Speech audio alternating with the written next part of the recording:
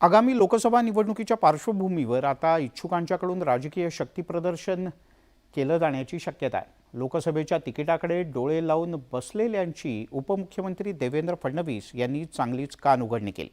त्यांनी पदाधिकाऱ्यांना श्रीमंतीचं प्रदर्शन टाळण्याची स्पष्ट सूचना केली।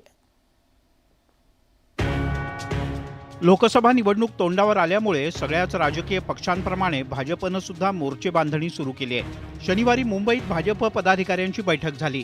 या बैठकीत उपमुख्यमंत्री देवेंद्र फडणवीस यांनी लोकसभेसाठी इच्छुकांना तंबी दिल्याची चर्चा आहे। आगामी काळात पक्षाच्या जाहीर सभा मेळावे होतील, त्यामध्ये कोणताही बडेजाव, झगमगाट आणि खाण्यापिण्याची रेलचेल करू नका अशा कानपिचक्या फडणवीस यांनी दिल्या। आता त्यावरून राजकारण सुरू झालंय। विरोधकांनी भाजपच्या 5 स्टार संस्कृतीवरती बोट ठेवलंय। साधेपणाने राहा आणि संपत्तीच्या बळावर निवडणुका जिंका, हे त्यांचं मला असं वाटतं चांगल्या पद्धतीनं काम आहे।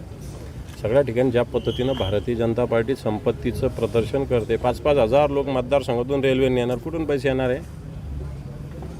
कुठून येणार आहे? रेल्वे कोण बुक करणार आहे?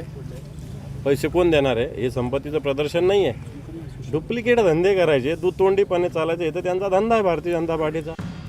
एकीकडे विरोधकांनी फडणवीस यांच्या तंबीवरून टीकेची झोड उठवली आहे, तर दुसरीकडे शिंदेंच्या नेतृत्वाखालील शिवसेना भाजपच्या मदतीला धावून आली आहे। साधेपणानंच राहिलं पाहिजे ना।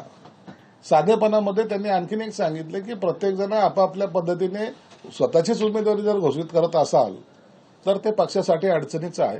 संपत्ती ज्याच्याकडे आहे त्यांनी खरंच प्रदर्शन करू नये। तुमच्याकडे आहे ती दिसतेच ना, त्याच्यासाठी समोर एखादा प्रदर्शन मांडल्यासारखं त्याचा करावं हे योग्य नाहीये। हे चांगला सल्ला देवेंद्र फडणवीसांनी दिलेला आहे। लोकसभा निवडणूक जवळ येऊ लागल्यामुळे सर्वच राजकीय पक्षातल्या इच्छुकांकडून बॅनरबाजीला सुरुवात झाली आहे। वाढदिवस आणि विविध सणासुदीच्या निमित्तानं ही बॅनरबाजी केली जाते।